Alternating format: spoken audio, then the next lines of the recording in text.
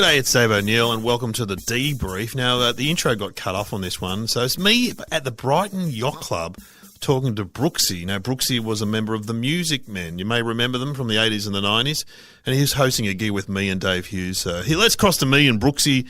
We're in the chairman's room or some posh room at the Brighton Yacht Club. But it's a beautiful area, though. Brighton. Yeah, and you're an Iceberger. I am. I swam this morning, and can I swear? Yeah, of course you can swear. Fucking freezing. I love your accent. Dave, it was fucking freezing. Because the people that don't know, Icebergers get up early in the morning every day and jump in the bay in Melbourne. 6 o'clock we go in the bay. Have you made good friends doing that? Yeah, yeah. We all communicate in the shower and I don't know what I'm talking about. Come on, mate. Keep it clean.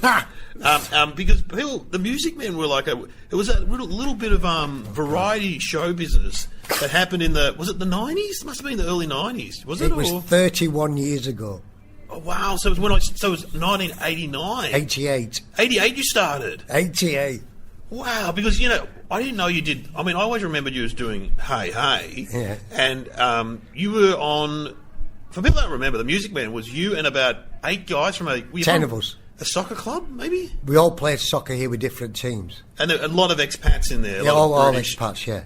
And you would sing, we are the Music Man, we come from, where do you go? Annoying. The Groucho Marx. Yeah, and so did you go on Red Faces? That was your entry point?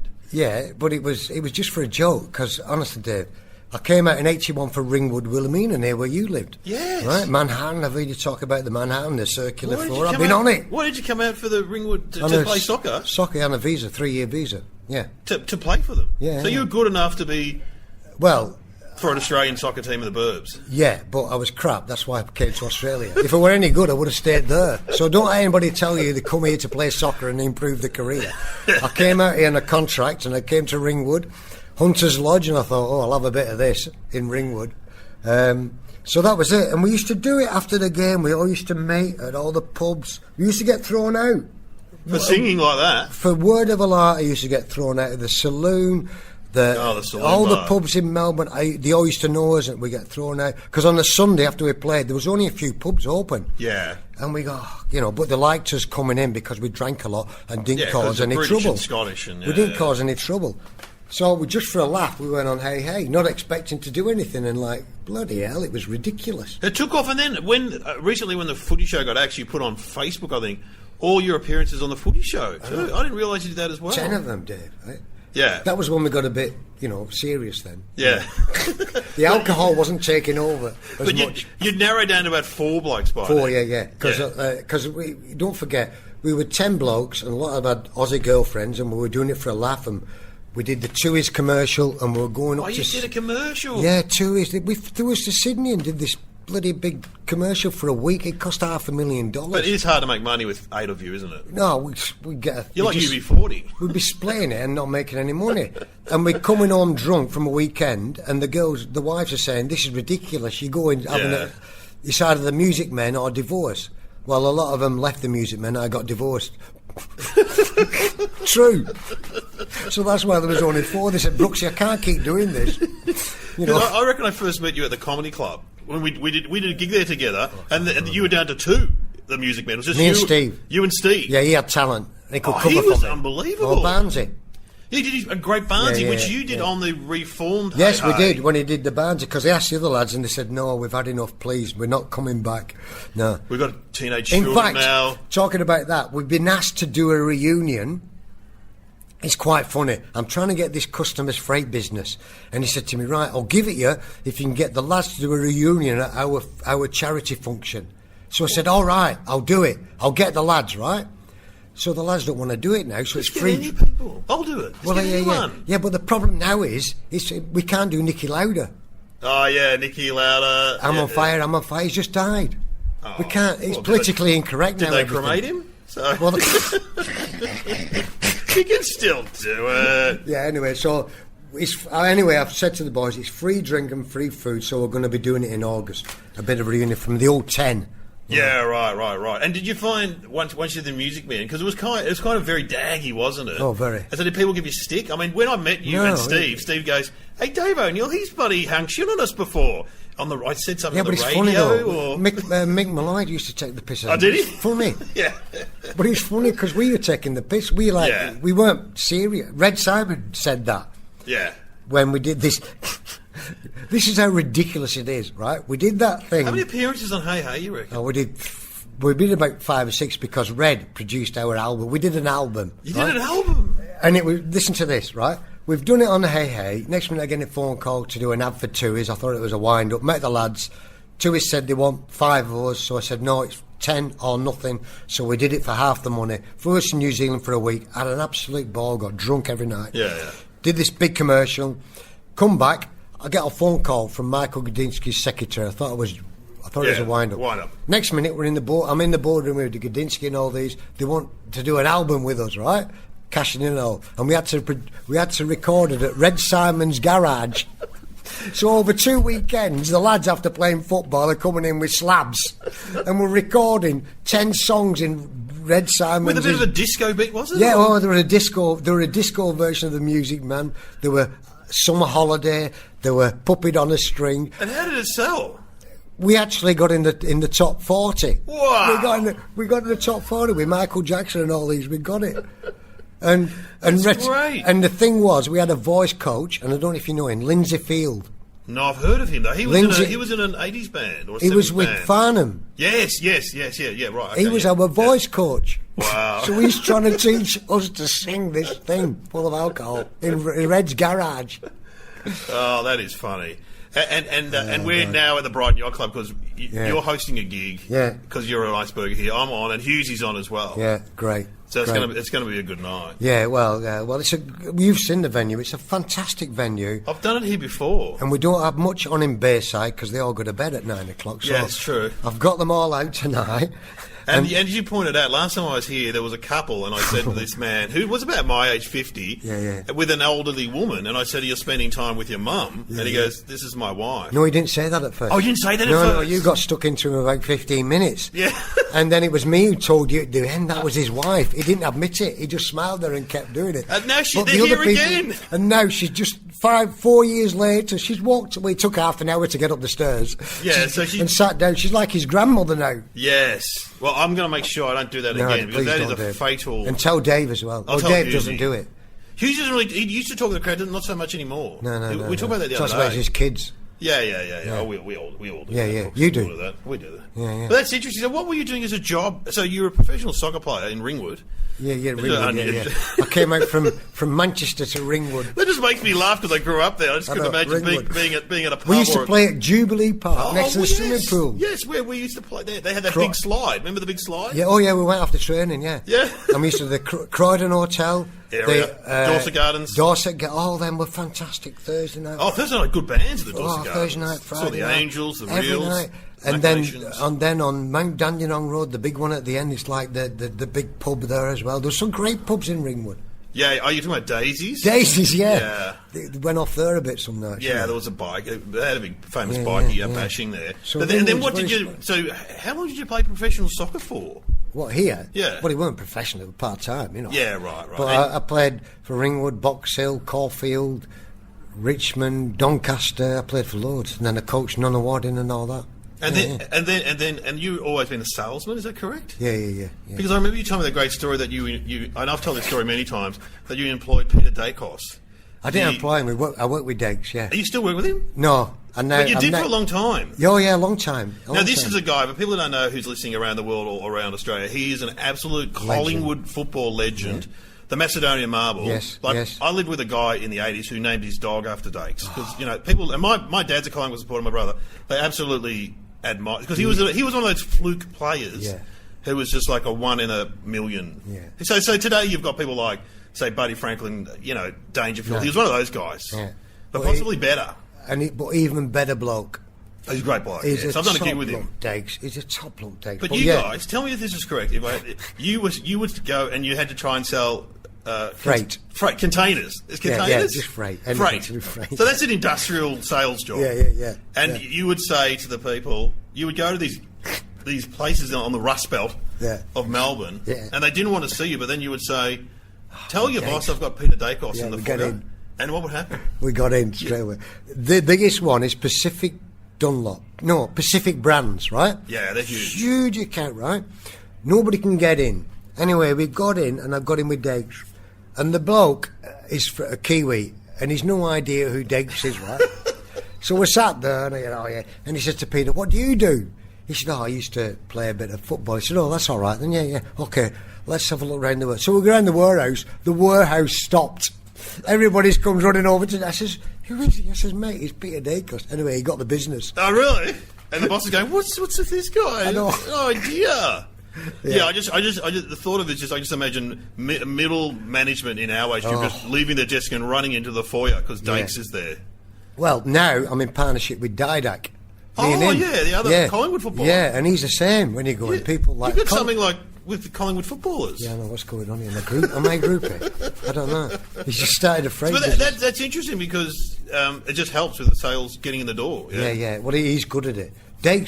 Dakes doesn't like use. Dakes is very good. He's a humble man. He's a ridiculously humble man and won't do it. That's why he's protective of his kids. He's not a showman. He's not like a showman, Dakes. No. But Diz is a businessman. He's a sharp businessman. Dane Swan's like a showman. Another Collingwood one you can tap into. Yeah, well, he's his mate. He does a podcast, but he said I won't go on TV. Oh, really? Diz told me that. Yeah. There you go. Can cut that out. Yeah, we'll cut that out. Don't edit that out. Well, we're here at the Brighton Yacht Club, and we're going to go and do the gig. So I'm going to check in with you after the gig, Brooksy. All right. We evaluate what happened because anything could happen out there. It is one of those gigs. It's a great room. They're all from obviously local, so you'll have a bit of Hampton, Brighton. Oh yeah, Brighton. Lots of jumpers, lots of wealth. Field there. And the Commodore's here tonight. Oh, the Commodore's here. The Commodore's here. You know what I'm going to say? Last time you said he parked in his spot. Yeah. Where's the Chimera? That's right. I said, I always do this at yacht clubs. I say, "Oh, you had a parking spot for me." It said, "Past Commodore." I thought, I've got an old Holden. I'll park there. Classic. That'll work. Do you reckon that'll work? It will work, yeah. Oh, that's good. All right, Brooksy. All right, brilliant. Great to chat to you, but we will return on the debrief. Keep listening. Hey, this is Dave O'Neill. And Glenn Robbins. And we do a podcast called Somehow Related. And we talk about two random topics that you wouldn't think were related, but in actual fact, they are. Yes, it's a great podcast. We love it. We listen to it ourselves. Come along, join in. Don't bet, don't gamble, but don't learn Google. something. And if you go to a dinner party, you've got a perfect way to start a conversation. So many facts to bore people with on this podcast. Tune in. Somehow Related. We're back here at the Royal Brighton Yacht Club. I've been on and it was an absolute cracker. And Brooksy was on emceeing. Hughesy's on at the moment. And they're a great crowd. Oh, Dave, they're brilliant. They're starved of it. They're starved of good comedy, I tell you. There's nothing happens down here. And I love the fact that the Commodore's here. Yeah, he's here. I met him, Paul. He's from your land, isn't he? He grew up in Mitcham, where I grew up. He's not a proper Bayside person. Yeah. But of course I said the Commodore's here. I said, where's the Chimera and the Corolla? The classic jokes were coming out. But you put on a great night. Yeah, it's interesting, isn't it? Because then he was telling me about all the wealthy people in there. Because, I mean, I do jokes about how wealthy they are here. And I think it seems to be true. Yeah. But there's a lot of... I mean, you know, I remember I went out with a Brighton girl in the 80s. And her dad wasn't... They just bought a big house in the 60s, you know. And they were just normal, regular people. Yeah. Who had a very, good property. So... There's a lot of it round here, Dave, I tell you. Yeah. Far right. Hey? Oh, yeah. So what's coming up for you? Have you been making a TV show? Is that correct? Well, we did a pilot, as you do the pilots, and we're just waiting. Done pilots. Yep. We're just waiting for it to be took. They took it to the Cannes TV Film Festival in March, and we're just waiting to see if they've got any offers, and they'll take it again in October. So it's a wait and see, which is good. Yeah, you know what it's like, but exciting. It was good doing it. It was great. What can you say? What it's about? It's about sport, isn't it? It's like off sport, all these unusual sports. I love unusual sports. And it's spending the day with a certain person in the sport. So the pilot, which we did, was camel racing. Where'd you go for that? I forgot now. It was 300 miles from... I can't remember. In Queensland or...? In Queensland, yeah. Middle of nowhere. I've never, ever been in the... Oh, there's a lot of desert in Queensland. We landed at Mount Isa and had to drive for 300 kilometres on a dirt road. Not Julia Creek, no. It would be... I can't. But it was the Melbourne Cup of camel racing. it was the highlight of the series, right? So it was the Melbourne Cup of camel racing, and I tell you what, Dave, it's scary. And they take it seriously? Oh, mate, of course they do. It's big money. Oh yeah, big money, and a lot of the jockeys are girls, little girls on the oh really on the camel, yeah, which is scary. And the thing about it is, it's so competitive. Like they go around, they do this tour to Darwin, to Alice Springs, and all that. And this is the highlight one. They call it the Melbourne Cup of the Camel. Do they race on a track, or they must race? Yeah, it's like a horse racing track. Oh my God! But the funny thing is, I've never heard of it. Oh mate, it's massive. I should send you I've seen bits on it on Facebook, or you put it somewhere. It's scary because you can't stand near them or behind them because they can kick you, and they lead them up to the start. Do they have their own camels? Is that sort of thing where they breed their camels? Oh yeah. It's like a horse racing thing. Yeah. Yeah. Oh yeah. There's a trainer. There's trainers. We had this trainer in Newcastle, and I followed him. I spent the day with him. I woke up in the tent next to him and all that, and then I went feeding them, but I was shit scared of him because I've never been near a camel. Did you get on it, or? Yeah, I did get on it. I was terrified. I was absolutely terrified. I would be terrified. I'd get on an elephant. But they just get up and you can't stop. It just goes high. But they start off with a gun, right? But if there's a false start, that's it. You can't stop them. So. So they're running around in a circle? Yeah, they go. Well, how do they stop them? At the end, there's the handlers, and they catch them. Seriously, it's dangerous as. It's hilarious. It's hilarious. Anyway, the big race, there was a lot of controversy because what happened, the gun didn't work, right? Right. So it went click. So 3 left, right? And they said they're disqualified, and then there's a big taboo, right? Yeah. And on my life, they said we'll have a rerun. So they had to wait for another hour to have the rerun of the big race. Anyway, the guy with the gun again did it again. It didn't work, right? Fuck, did he test it out? But they had the policeman's rifle, and that didn't work. So they picked up the bin and he smacked it with a bin, and they all set off because the handlers were holding. It was hilarious, but it was full on. They were arguing with each other or not because there's big money in it. There's pride in it. Oh, it's a big money. Oh yeah, big money, and they bet on it. Yeah, of course they bet on it. There's betting on it, so it's like you know. And I had a bet on this horse, $20, and at the end it buggered off the bookie, so I didn't get my money. I didn't even get the winnings or anything. Well, the bookie left. He's just gone, packed up. He said, "Oh, we'll see him. We'll see him at the next one, Brooksy. We'll get it for you." That'd be an excellent show because there's so many weird sports like that around. Oh yeah, yeah. I mean, I've sort of heard of it, but I didn't know anything about it. Honestly, it's just like going to Cranbourne races. Yeah. So professional. But what was even more funny, it's got I can't remember the name. I cannot believe I can't. There's a population of 600, right? Yeah. But when this is on, it swells to 5,000. Oh, whoa. With the Grey Brigade. Grey Nomads. Yeah, the Grey Nomads. They all come in the little caravans and all that. Yeah, right. Oh, wow. Yeah, that'd be awesome. So it was good fun. Well, hopefully that show will get up. Yeah, we'll wait and see. Well, you never know. You never know, Brooksy. This is funny. Well, so we're here at the Brighton Yacht Club. Now, I ask everyone these questions when I do a podcast on the debrief. So what went well tonight, Brooksy? Yeah. What went well? Me. Dave, I said to Dave, what are we do? About 15, 20 minutes. 45 minutes later. 40 minutes. 40 minutes? Absolutely brilliant. What? They're all telling me now, how good was that? You went through everything. You know why? They can all relate to when you I do a lot of stuff about... they're your age group, you see. You're talking about you as a kid, and now you're a dad with the kids doing it in a different way. Well, there's kids... Well, they're not kids, there's teenagers there. Jack and his mates. Yeah, oh yeah. And so the mum just came up to me and said, that was brilliant. I know. That's what you're good at, Dave. I was talking about some of the people and you picked them out. Oh, yeah. And you got my mate in the front. He's from Bury, where I come from. I know, he told me he's from the same town. Dale. Yeah, I know. You got him. Who lived in Oakley South, he said. Oh, yeah. And I said, you live in a warehouse. Warehouse, yeah.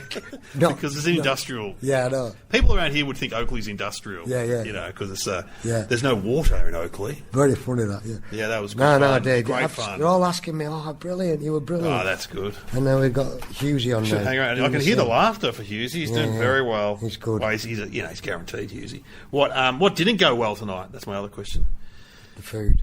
Oh, the food. Somebody ordered food late, and there's been a big debacle. That goes to my other question. Organisational hazards that got in the way. So I told them not to have it at 7:30 because they're not going to cook it, and eat it before 8 o'clock. No. So they called it off and they didn't get the meal and they're going mad at their club. Oh, they didn't have them. Oh, they'd be starving. They didn't get it, yeah, no. So now the club are saying, right, we want to dissociate it all. Our name in this, it's you, and you run it and do everything. Is that what they're saying? Yeah, they've even made me charge for the free drinks for the for the comedians, for the soft drink. Yeah, for the drinks and the beer. Oh, they got to get on So board. which is not a bad in a way. Now I can run it. Now I can tell them food earlier, get it all out of the way and all that. So Yeah, because that's comedians better. don't like people eating when they're on. No, It's I too told them that. distracting. She said, "Oh, I said no. They're not eating when they're on." Yeah, you see, some people when they make a talk, like footballers and stuff, when they say make a talk, when they do a talk, they don't mind, but comedians mind because No, it's too clatter. distracting. Of course they are. It's the clatter of the cutlery. Even the lights here, Dave said, "Get them off," and I got them off. Yeah, I forgot about that. Oh, I don't care. Yeah, but, yeah. It definitely helps getting the lights off. Yeah, but I know. it's a great setup here. Yeah, it's good. So So- spread the word. Hopefully, I'll get Kitty. Oh, Kitty Flanagan, there's plenty of... Who did it last time? You had some big names last I time. got Mick. Mick came. Oh, Mick Malloy. I got Mick Malloy. He doesn't do stand-up much I'd anymore. love to get him again. Does his mate do it? Sam Pang? Yeah. No, we didn't. No, we did mix. I had him on the podcast the other day because we did his kids' school. Right. And they both did stand up on the night, but they don't seem to do it hardly at all. No, Right. Mick hadn't done a gig for years. Might have been the last one he did here, Yeah. possibly. And I've had Denise, who were great. Oh, Denise is fantastic. for Denise this was crowd. really good here. Yeah. You need the middle-aged comics. Yeah, I know. Because it's a middle-aged crowd. Yeah, and Des. Des Des has done it Dowling, here. fantastic Yeah. comic for And this. they had the girl. The girl. She was on with you. Monica. No. No? Little Monica girl, Darling? black hair. Fiona O'Loughlin. No. Can't remember. Petite girl. She was Ah, I on can't with you. remember. Christine Basil? She was on the radio for a bit. Or she might do. Ah, no, I can't remember. Someone. Joe Stanley? No. No, was it Joe Stanley? No, someone. It was like a bloke's name, Des or something. Oh. Like that. D. No, Do. No, I can't remember. Someone. Someone. Oh, it obviously went down well. I can say, how can we do better next time? Get the food out early. Yeah, I'm worried about the food. They're all about making money, you see. Yeah, it's the yacht club, Brooksy. It's a I yacht know, club. I know. But I bet the Commodore, he doesn't own a boat, which is... I didn't know that. He rides OPs, other people's boats. Oh, that would have been a good line if you knew Yeah. that. Have you got a boat? I'll remember that for last I said, time. have you got a boat? And He he's didn't book. He didn't book, so I had to squeeze him in. Oh, he just turned up the Commodore? Yeah, no, they rang me and said, the Commodore forgot to book. Can you get him in? Well, surely the Commodore can get in. Yeah, I'll let him in. Yeah, that's good. Because, he has his own parking spot. How long will Dave go? I better get out. You better get out there. Thanks for coming on the podcast. Brilliant, Dave. Okay, and Thank we'll, you. we'll speak to you later. Yeah. That's Brooksy from the Music Man. Oh, just Brooksy. Just Brooksy, Brooksy yeah. in general. Keep an eye on He's it. gone. Going